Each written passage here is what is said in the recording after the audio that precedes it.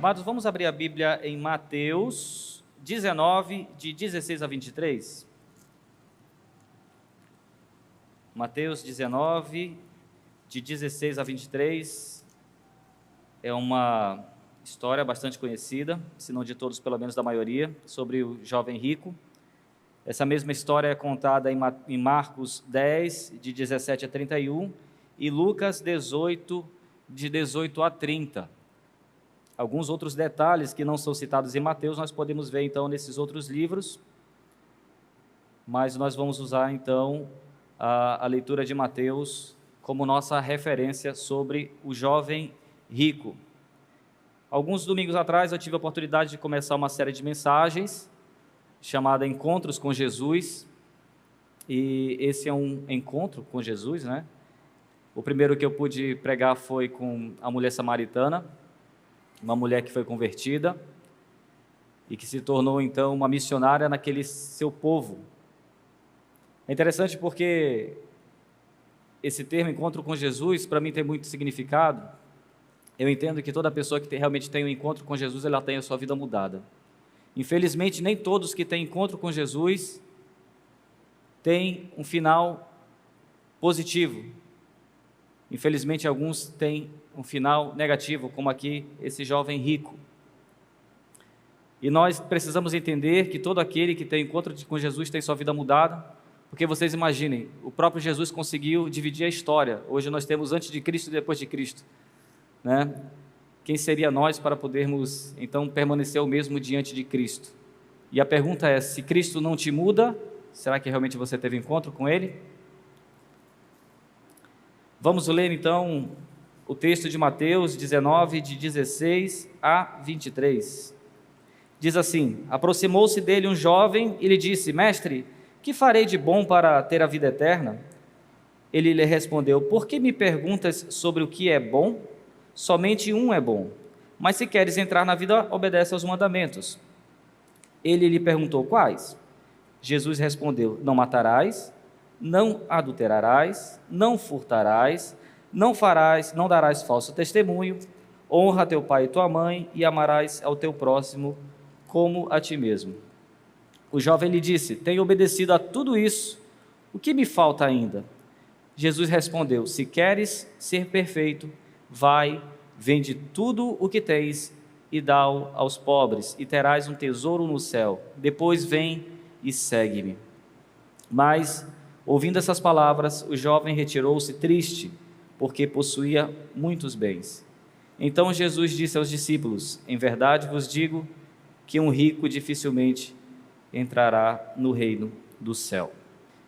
Observações iniciais desse texto que acabamos de ler. Primeiro, vemos que esse jovem, ele deveria estar prestando atenção em Jesus falando com as crianças, porque quando você volta alguns versículos anteriores, você vê Jesus abençoando as crianças. Talvez ele fosse uma das pessoas que tivesse a distância vendo isso. E quando Jesus fala, né, deixai vir minhas criancinhas e não as impeçais, porque o reino do céu é dos que são como elas, talvez ele tenha pensado: como assim? Então o que eu preciso fazer para ganhar os céus? Ser como uma criança? E eu entendo então que a partir daí ele fez essa indagação a Jesus, ele correu até Jesus e falou com Jesus. Logo no início da conversa nós vemos que Cristo já mostra que o único perfeito, o único bom é Deus. Deus é a fonte de toda a bondade. Jesus então faz uma avaliação superficial desse rapaz, uma avaliação que talvez nós fazendo como seres humanos comuns, nós o aprovaríamos quase de imediato. Afinal, ele tinha bens, era um rapaz bem instruído, era um rapaz conhecido ali também por ser alguém que obedecia às leis, era quase alguém perfeito, aos olhos humanos. Como nós vemos quando Samuel vai até Jessé e pergunta de Jessé sobre seus filhos, né? Quem seria então o substituto de Saul? E são apresentados homens bonitos, homens fortes, aquilo que seria o padrão de um rei. E passa então os filhos e cada um e vai embora e chega até o menorzinho, que no caso é Davi, e é quando Deus fala, né, esse é o próximo, esse é o rei, esse é aquele que deves ungir.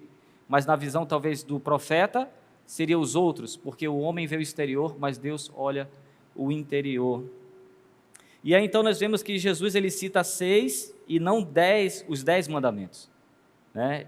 Ele faz uma citação aqui, 5 do Decálogo, que são os 10 mandamentos que nós vemos ali com Moisés, e o segundo do resumo, quando Jesus fala, né? O que devemos fazer? Quais mandamentos? Né? Amar a Deus sobre todas as coisas e ao próximo como a ti mesmo. Jesus então usa o amar ao próximo como a ti mesmo. Ele usa então 6 mandamentos, 5 do Decálogo e o segundo, apenas o segundo aqui da lei que resume todas as leis, né? Por que isso? Nós vamos ver daqui a pouco. Algumas características que nós devemos ter em relação a Jesus, que nós devemos entender. Jesus era prático na aplicação das leis. Não era alguém que apenas repetia as leis e muitas vezes, como os próprios estudiosos, eles iam ao pé da letra, tentavam entender coisas que muitas vezes não eram tão importantes e esqueciam o principal. Jesus ele tinha um objetivo, ele sabia que as leis tinham um objetivo e ele sabia para que elas foram feitas. Ele entendia a moral das leis. Eu acho que todo mundo aqui, de vez em quando, vê um filme e quando você chega no final do filme, se o filme é bom, ele tem uma moral, né? E Jesus fazia isso com as leis. Ele entendia as leis e ele entendia a moral das leis. O porquê elas eram daquele jeito e para quê e qual a finalidade delas. E muitas vezes os estudiosos se perdiam em detalhes e não compreendiam o principal. E uma característica de Jesus que era importante era isso, tanto que no Sermão da Montanha, Mateus 7, 28 a 29, ao concluir Jesus esse discurso, as multidões estavam maravilhadas com o seu ensino, pois ele as ensinava como quem tem autoridade e não como os escribas. Jesus tinha um entendimento perfeito dos ensinos. Nós temos também Marcos 2, 22 a 27, quando os discípulos estão ali colhendo espigas. Muitos devem lembrar disso. E aí então, os estudiosos chegam e perguntam, sábado, eles não podem colher no sábado. O sábado não é o dia para você trabalhar, para estar comendo, colhendo espigas. Então Jesus vem e fala, o sábado foi feito por causa do homem, e não o homem por causa do sábado. Então Jesus tem o entendimento perfeito das coisas, enquanto os estudiosos deturpavam a palavra de Deus. Tem uma história que diz o seguinte, tinha um menino, pediu dinheiro do pai para comprar sorvete. O pai puxou, deu uma nota para ele, e o menino então foi comprar o sorvete. Quando esse menino voltou, ele voltou com 2 sorvetes. O dinheiro que o pai tinha dado para comprar 2 sorvetes. E o pai então pediu, opa, você comprou 2 sorvetes, me dá um. Aí o menino rapidamente pegou, deu uma lambida no sorvete e deu uma lambida no outro sorvete. O pai então ficou muito chateado com isso, a ponto de querer começar a brigar com o menino, e aí o menino, depois de fazer isso, entregou para o pai, toma pai, esse é o mais gostoso. O pai de início não entendeu as reais intenções da criança, e já estava então tendo uma atitude em relação àquilo que ele achava que a criança tinha feito, né? Tinha lambido os 2 sorvetes para ficar com os 2, e não era isso. Jesus é alguém que conhecia as reais intenções do coração humano. Aí no caso a namorada que está alimentando o namorado, ele fica super feliz pelo cuidado dela, mas na verdade ela quer que ele fique gordinho para nenhuma outra menina olhar para ele. Segundo as intenções, né? Então aí os namorados que gostam de dar muita comida já fiquem sabendo aí o motivo. Para que ninguém queira você, é só ela. E muitas vezes é assim. Nós achamos que as pessoas têm uma intenção e, na verdade, elas têm outras, porque nós não podemos entrar na sua mente, nós não sabemos realmente qual é a sua motivação real. E Jesus sabia o que se passava na cabeça e no coração daquele rapaz. Assim como lemos em Hebreus 4:12, em que diz que a palavra de Deus é aquela que julga os pensamentos e intenções do coração, logo, Cristo, como sendo Deus, também tinha a capacidade de julgar os pensamentos e intenção do coração das pessoas, inclusive desse rapaz. Jesus sabia o que se passava no coração do jovem. Talvez, mais do que o próprio jovem, Cristo tinha um entendimento perfeito de quem era aquele rapaz, muito além do superficial que as pessoas viam. Então, Jesus se propõe a fazer um teste. Se você quer entrar na vida eterna, obedeça aos mandamentos, Jesus fala. Aí o jovem pergunta, quais? Jesus então diz, não matarás, não adulterarás, não furtarás, não darás falso testemunho, honra teu pai e tua mãe, e amarás o teu próximo como a ti mesmo. Então o jovem disse, opa, então a tudo isso eu tenho obedecido, então estou ok. E olha que esse rapaz realmente poderia ser um rapaz íntegro, porque ele obedecia às leis. E perguntou, o que me falta ainda? Ele não era um rapaz perfeito, mas era alguém íntegro, talvez até mais íntegro do que muitos de nós aqui. Tanto é que Jesus não o condenou, não chamou ele de hipócrita, mentiroso, você não é íntegro. Jesus não falou isso. Jesus também não falou nada, mas Jesus teve compaixão daquele rapaz. O que falta ainda então? E Jesus respondeu aqui no versículo 21, se você quer ser perfeito, se você quer preencher todos os requisitos, vá, venda os seus bens e dê o dinheiro aos pobres, e você terá um tesouro no céu. Depois venha e siga-me. Mas por que Jesus manda então o rapaz vender tudo aos pobres? Será que Jesus queria que ele fizesse um voto de pobreza? Será? Será que ele queria que o rapaz fosse que nem a ordem dos franciscanos, em que as pessoas quando entram elas têm que se despojar das riquezas, se vestir como pessoas simples, viver de uma forma simples? Será que Jesus queria que ele fosse assim? Se livrasse da riqueza para viver de uma forma simples? Será? Lembram dos 4 primeiros mandamentos que Jesus não citou inicialmente? Pois bem, faltaram alguns mandamentos. Qual é o primeiro? Não terás outros deuses. O segundo, não farás imagem esculpida. O terceiro, não tomarás o nome do Senhor em vão. O quarto, lembra do dia do Senhor para santificá-lo. É interessante porque esses 4 mandamentos eles estão relacionados a Deus. Observaram isso? O homem tinha que cumprir em razão de Deus. Jesus era prático, como eu já falei, em relação à aplicação das leis. E eu entendo que Jesus quis aplicar um teste no rapaz. Ele não falou esses quatro mandamentos, quando ele falou para o jovem ser perfeito. Ele não comentou. Cristo, então, o confrontou. O rapaz talvez não tivesse consciência, ou então talvez ele não queria expor o seu ponto fraco. Mas é onde Jesus queria justamente chegar. Jesus sempre chega no ponto fraco das pessoas, que é onde as pessoas têm que ser trabalhadas. Muitas vezes nós escondemos nossas fraquezas numa gaveta trancada, fechada no escuro. E é essa gaveta trancada, fechada, que Jesus quer abrir e colocar à luz, porque é isso que ele tem que mudar na nossa vida, principalmente. E aqui o ponto fraco desse rapaz era a sua riqueza.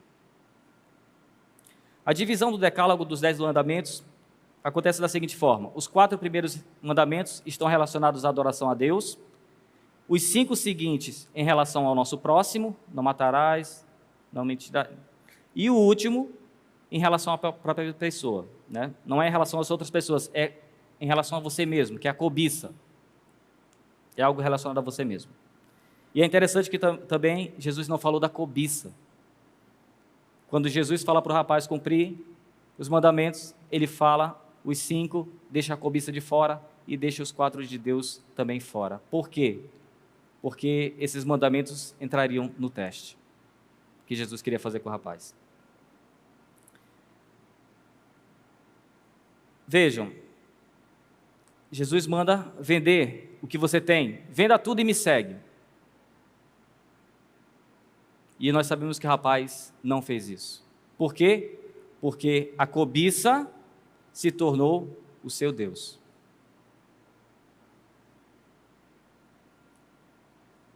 Ele não cumpriu o último mandamento, não cumpriu os 4 primeiros. Por quê? Porque a cobiça, que era o último mandamento, anulou os 4 primeiros em relação à adoração a Deus.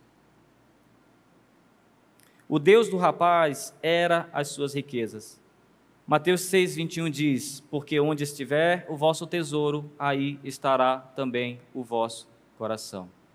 Gente, os tempos mudam, os anos passam, as gerações vão embora, impérios vêm, impérios caem, mas tem uma coisa que nunca muda, que é a essência do homem. Nunca muda. Antes, Israel, como povo de Deus, tinha recebido uma missão. Hoje, a igreja é representante de Deus na terra. Israel, de um modo geral, não entendeu os propósitos de Deus para ele, não cumpriram os propósitos de Deus em suas vidas. E o que é que Jesus tem perguntado hoje da igreja? Será que nós temos cumprido o nosso propósito como igreja, como indivíduos, como membros da igreja? Pensa em você que de repente você chega no domingo aqui e não temos a recepção da igreja como nós temos hoje. Imagina que você entra na igreja e você dá de cara com Jesus ali na recepção. Jesus Cristo. E aí Jesus dá bom dia para você, você dá bom dia para Jesus. E Jesus pergunta, por que você está vindo para o culto? Qual é a sua motivação para você estar aqui hoje, celebrando ao meu Pai? A mim? Observem, Jesus não é um homem comum, ele consegue discernir os nossos pensamentos e as nossas motivações. O que você diria para Deus? Se ele estivesse hoje aqui na entrada, quando você entrou, o que você diria para ele? Por que você está vindo hoje aqui? O que você diria então a Jesus? O que realmente o motiva a estar hoje me adorando? Você está me adorando? Por isso, se você for fazer essa pergunta a si mesmo, e se você for fazer isso de uma forma sincera, como se Jesus estivesse esquadrinhando, estivesse escaneando sua vida naquele momento, talvez, até com certo espanto, alguns de nós descobriríamos que estamos vindo para a igreja porque eu tenho um cargo na diretoria, eu tenho que me fazer presente. Talvez eu tenha vindo para a igreja para cumprir um ritual religioso que alivia a minha consciência durante toda a semana. Talvez eu tenha vindo à igreja para exercer uma atividade na EBD. Talvez eu tenha vindo à igreja para ver o louvor, para trabalhar no som, para trabalhar no data show, para talvez encontrar amigos, para ver a minha paquera. Qual é a motivação de nós estarmos hoje aqui? Será que realmente é adorarmos ao Senhor? Se Jesus te perguntasse isso, o que você faz hoje aqui? O que você diria? Ou o que Ele diria de você? Nós temos a tendência a deixar Cristo do lado e nos entretermos com o que não é essencial. Isso é natural do ser humano. Aqui não dá para ler direito, mas é um rapazinho que ganha um presente, uma caixa de sapato, com um sapato dentro. A mãe dá para ele e no final das contas ele fica com a caixa de sapato e deixa o sapato de lado. Muitas vezes tem gente que recebe uma caixa de presente, com um presente muito bonito, e a pessoa se atém mais com o laço do presente do que propriamente o presente. Parece besteira isso, mas muitas vezes é a atitude que temos com relação a Jesus. Nós nos atentamos ao padrão de culto, à beleza do culto, a quem está no culto, aos ar-condicionados do culto, às cadeiras do culto, mas nós esquecemos o principal, que é a adoração a Deus. Nós deixamos o principal de lado e nos atemos aos detalhes.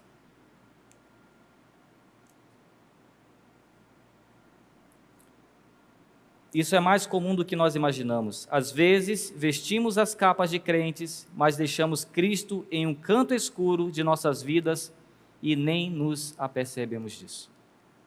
Às vezes não fazemos nem isso de propósito, mas as nossas atitudes diárias mostram que Jesus está de lado e não à frente da minha vida. Como filhos de Deus, não somos ou não devemos ser cristãos apenas de quarta-feira, nos encontros de homens e das mulheres. Não devemos ser cristãos apenas nos encontros da juventude de sábado. Nem devemos ser cristãos apenas de domingo, de 10h15 da manhã até meio-dia, nem de 18h30 a 8 da noite. Minha pergunta, onde está Deus durante o restante da sua semana? Na escola, no trabalho, na conversa com seus amigos, em casa, longe dos olhos de todos os outros irmãos da igreja? Onde está Jesus na sua vida? O que tem guiado sua mente na sua rotina diária? Que combustível tem motivado as suas ações do dia a dia? Quando você vem para cá, se o seu tanque de combustível do carro estiver vazio, você vai e enche. Você precisa do combustível para chegar até aqui. Você não sai de casa sem se alimentar no café da manhã porque você pode ter algum problema e às vezes desmaiar. Você sempre se alimenta. Você sempre coloca combustível no seu carro. E que tipo de combustível ou de alimento você tem colocado na sua alma? Será que é o alimento espiritual para que você possa passar então a semana vivendo Cristo, consumindo Cristo na sua vida? Ou será outro tipo de alimento? Entender essas coisas é essencial para nós sabermos que qualidade de adoração estamos dando a Deus. Mas além disso, também serve para descobrirmos se Ele realmente é o Senhor a quem temos seguido. E olha que eu não estou falando aqui para descrente, estou falando para crente. Será que diariamente nós temos realmente seguido a Jesus, a Deus? Ídolos têm tomado o lugar de Deus em muitos momentos de nossas vidas. Eu não me excluo disso. Não são ídolos feitos de madeira, de pau, de pedra, de ouro. Mas no caso aqui do jovem rico, nós podemos ver que a sua riqueza física foi aquela que o aprisionou. Irmãos, eu não quero dizer que o dinheiro ele é pecado. Às vezes nós até falamos errado, né? Porque o dinheiro é a raiz de todos os males. Isso não é verdade, isso é mentira. E eu estou baseado aqui em Timóteo 6,10. Timóteo 6,10 diz o seguinte: porque o amor ao dinheiro é a raiz de todos os males. Não é o dinheiro, é o amor ao dinheiro. Ninguém é mais crente por ser pobre e nem menos crente por ser rico. Porque o dinheiro não é o motivo. Na verdade, é o que eu faço com ele.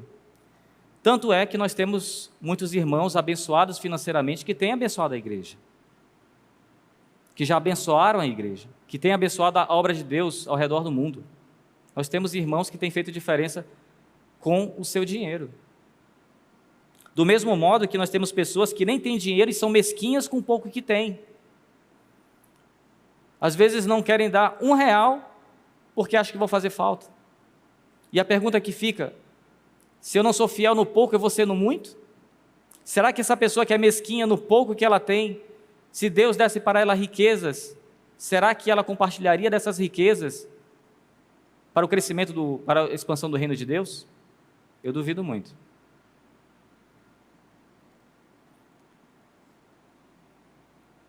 Não é o que você tem, mas como trata aquilo que você tem. No geral, o dinheiro ele é um bom servo, mas o dinheiro é um péssimo senhor. Porque se deixamos ele conduzir nossas vidas, ele vai nos dominar. Ele nos faz sentir independentes. E aí eu pergunto: para que Deus na minha vida, se o dinheiro me dá tudo o que eu quero? Ele me dá segurança. O dinheiro me dá pessoas agradáveis, mesmo que interesseiras. O dinheiro me dá condição de ter aquilo que eu quero. Para que eu vou querer Deus na minha vida? Aí que está o perigo do dinheiro. Ele nos faz sentir poderosos, verdadeiros deuses. É por isso que é difícil um rico ou alguém que adora o dinheiro ir para o céu. Estar cercado de dinheiro, de bens, pode nos motivar a esquecermos de Deus, que é a nossa verdadeira riqueza. Mas na sua vida, na minha vida, pode ser que os deuses que tentam tomar o lugar de Deus sejam outros. E sabia que não é tão difícil a gente descobrir quais são os deuses que querem tomar o lugar de Deus? Uma das formas é só ver o que toma teu tempo quando você está com tempo livre. O que de forma voluntária, para onde você vai, se você está com tempo livre? Hoje as mídias sociais são deuses de muita gente. Hoje, se a pessoa tem um tempo livre, muitas vezes, ela vai querer estar com os amigos. Você sabia que a própria família pode ser um Deus para a gente? E depois a gente vai falar sobre isso. A gente às vezes pensa que bebida, drogas e tudo mais tomam o lugar de Deus, né? mas tem coisas muito mais sutis que têm tomado o lugar de Deus e a gente às vezes não percebe. Interessante é que, independente do que você ache que tem tomado o trono de Deus na sua vida, no fim, tudo se resume a um ídolo, e esse ídolo é você mesmo. Sabe por quê? Porque quando você está no Facebook vendo, é para sua degustação. Quando você está atraindo sua esposa, seu esposo, é para o seu prazer. Quando você está dependente das riquezas, é porque você gosta daquilo. Eu. No final, tudo é eu.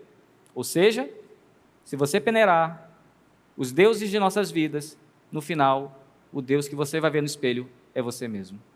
E é contra nós que nós devemos lutar.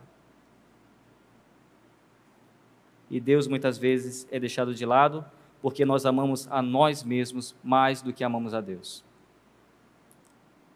Começamos a nos voltar incondicionalmente para nossos próprios umbigos, tentando nos satisfazer, tentando guiar nossas próprias vidas. Nos tornamos autossuficientes, egocêntricos, que até mesmo a salvação que um dia buscamos e professamos em Jesus Cristo fica de lado. E começamos a fazer como o próprio jovem rico fez aqui. Começamos a nos perguntar: o que eu posso fazer de bom hoje para ter a vida eterna? O que eu posso fazer?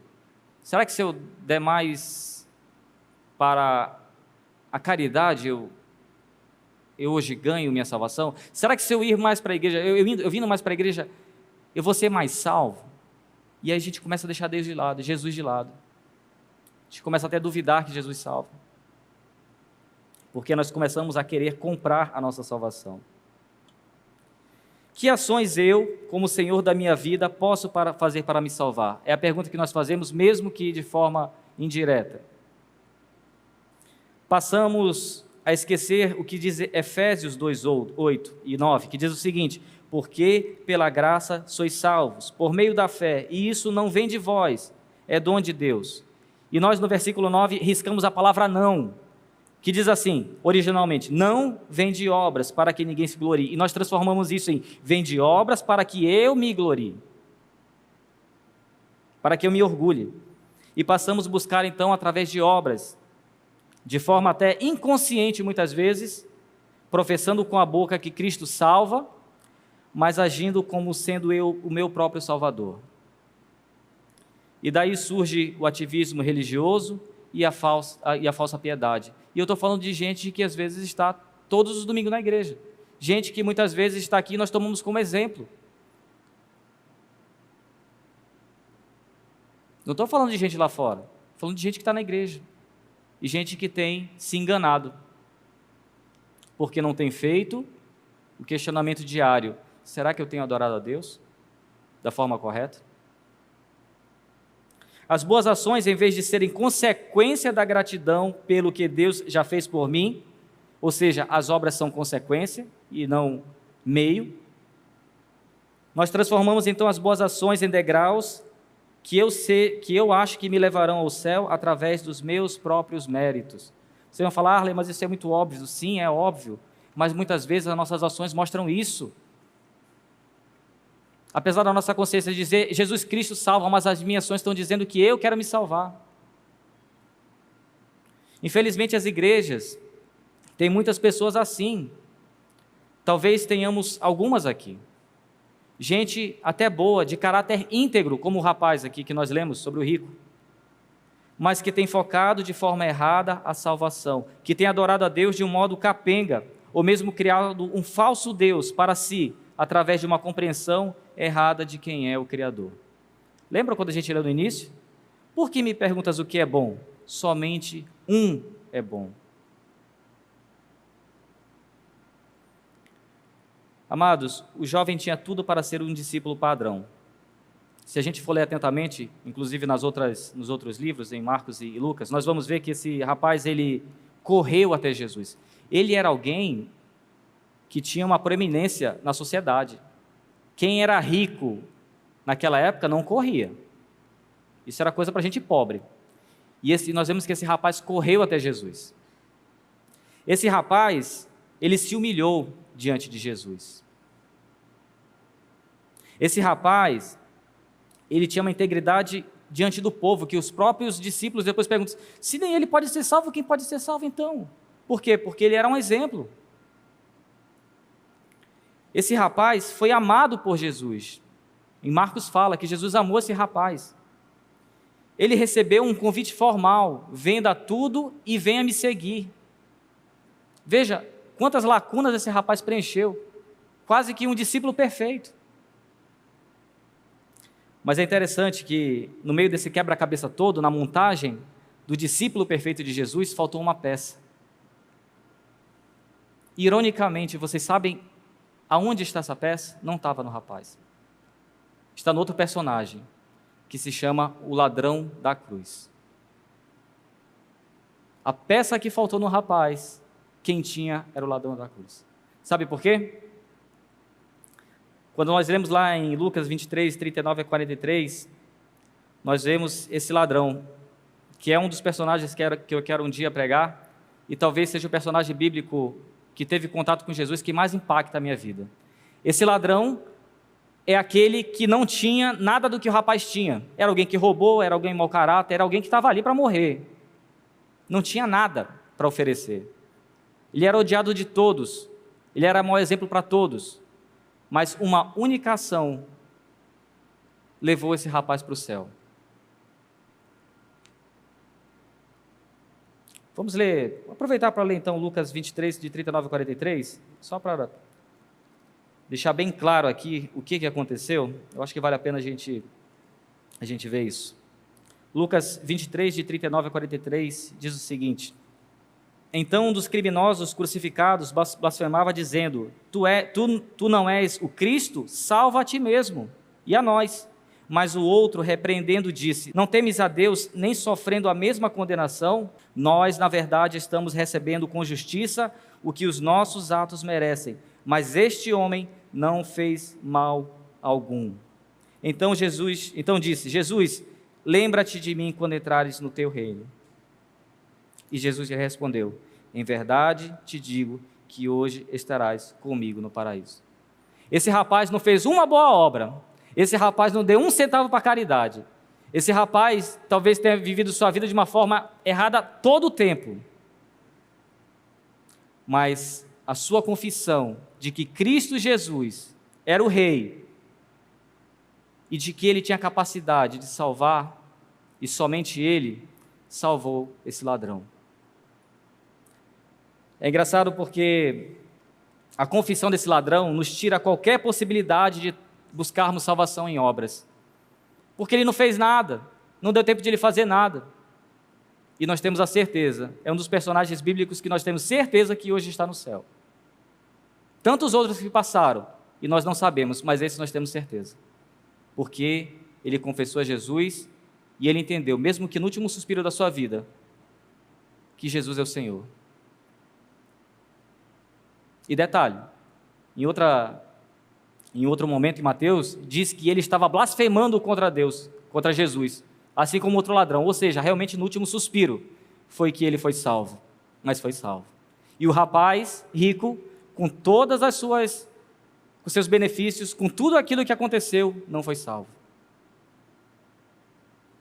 E talvez nós hoje usemos até mais o rapaz como exemplo para a gente do que o próprio ladrão. Porque nós buscamos em obras aquilo que só Cristo pode fazer, que é nos salvar. O jovem, ele teve a oportunidade de estar frente a frente com Jesus. Ele foi confrontado com a sua forma errada de adoração. E mesmo triste e consciente de qual era o seu erro, porque Jesus colocou luz em cima daquilo que de repente estava oculto, mesmo assim, o rapaz não quis Jesus Cristo. Ele abriu mão da mudança que Jesus traria para a sua vida. Jesus mandou ele abrir mão do dinheiro, pois era o que lhe aprisionava. Hoje nós não temos Jesus Cristo em carne e osso aqui com a gente, como até a gente ainda agora comentou ali, de repente ali na porta. Mas nós temos o seu Espírito Santo, que é tão real quanto o próprio Cristo. E ele está sempre disponível para nos conduzir a uma verdadeira adoração, caso nossa adoração não esteja sendo verdadeira. Mostrando então nossas falhas, assim como Jesus mostrou a falha daquele homem rico. E quando preciso, corrigindo também o nosso rumo, a nossa vida, caso estejamos andando em um caminho que não é o caminho dele. Mas temos que ter o que, irmãos? A humildade de reconhecer as falhas e a coragem de deixá-lo ser o motorista das nossas vidas. Precisamos ser humildes em reconhecer e corajosos em, muitas vezes, abrir mão do volante da minha vida e entregar para Deus. Afinal, o volante não é meu, o carro não é meu, o caminho não é meu, nada é meu, é tudo dele. E nós temos a falsa ilusão que nós somos capazes de conduzir nossas vidas quando não somos. Mas nós temos que ter essa coragem e a humildade de reconhecer que só Ele pode conduzir as nossas vidas. Deus não é homem para se enganar com falsa adoração. O mesmo que Ele disse para Samuel no momento da unção de Davi, já como rei, Ele fala para nós hoje.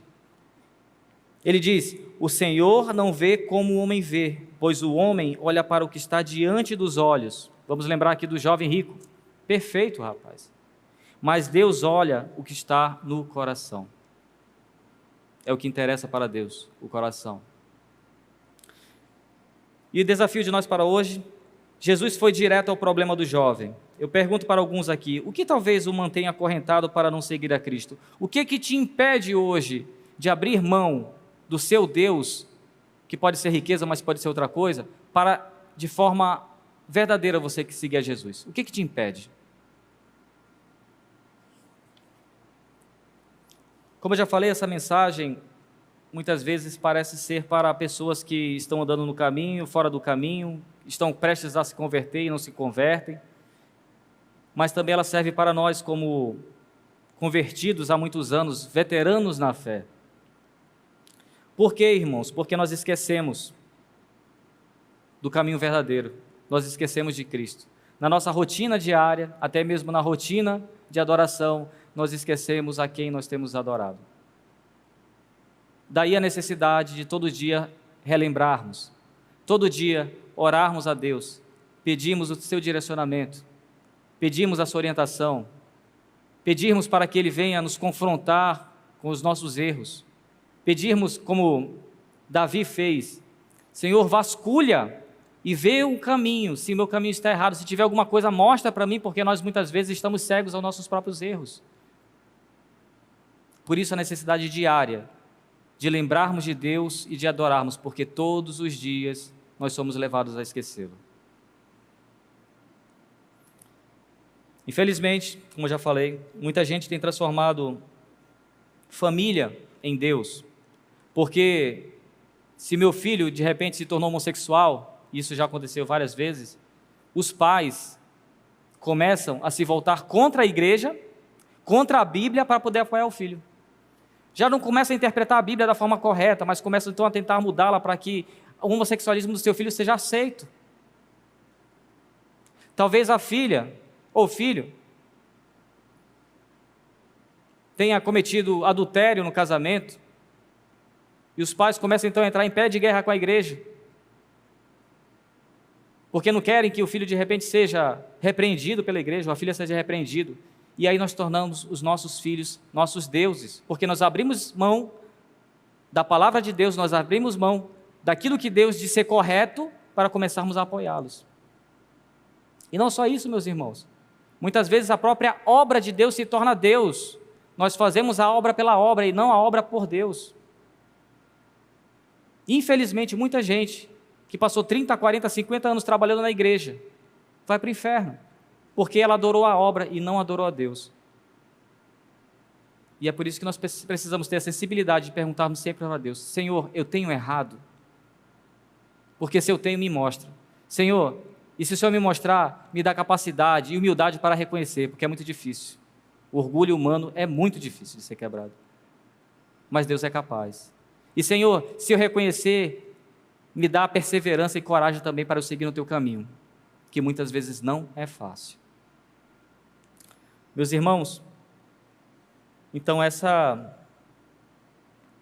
é a mensagem de Deus para nós hoje. Que nós não venhamos a ser como o jovem rico, que abrir mão de Deus, de Cristo Jesus, para viver a sua vida.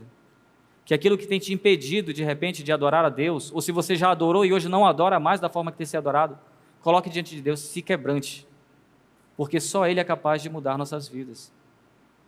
o nosso interior, as nossas reais motivações. E aí nós saberemos que nós realmente somos dele, porque temos feito sua vontade. Seremos perfeitos? Não seremos perfeitos. Ainda não, nessa terra ainda não.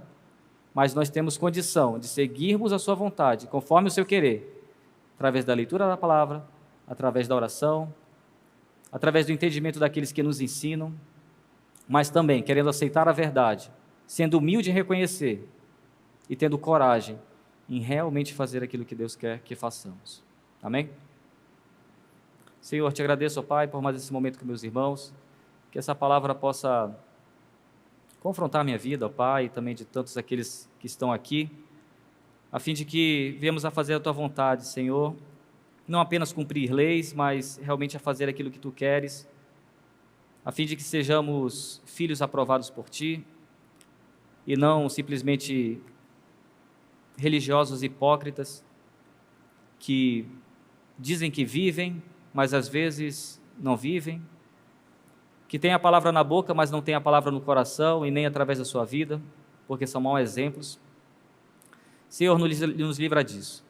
Se há pessoas acorrentadas aqui, ó Pai, através de algum pecado que tem se tornado Deus e tem impedido, Senhor, de chegar até Ti, quebra, Senhor, essas amarras, quebra, Senhor, esses grilhões, porque somente Tu é capaz. Que essas pessoas possam vir ser confrontadas, ó Pai, com o seu pecado, e que o diabo não venha, Senhor, a enganá-las, dizendo que o pecado delas é mais forte que o Senhor, porque não é, Pai. Nenhum pecado, Senhor Deus, é mais forte do que o sangue de Cristo Jesus, que pode purificar nossas vidas.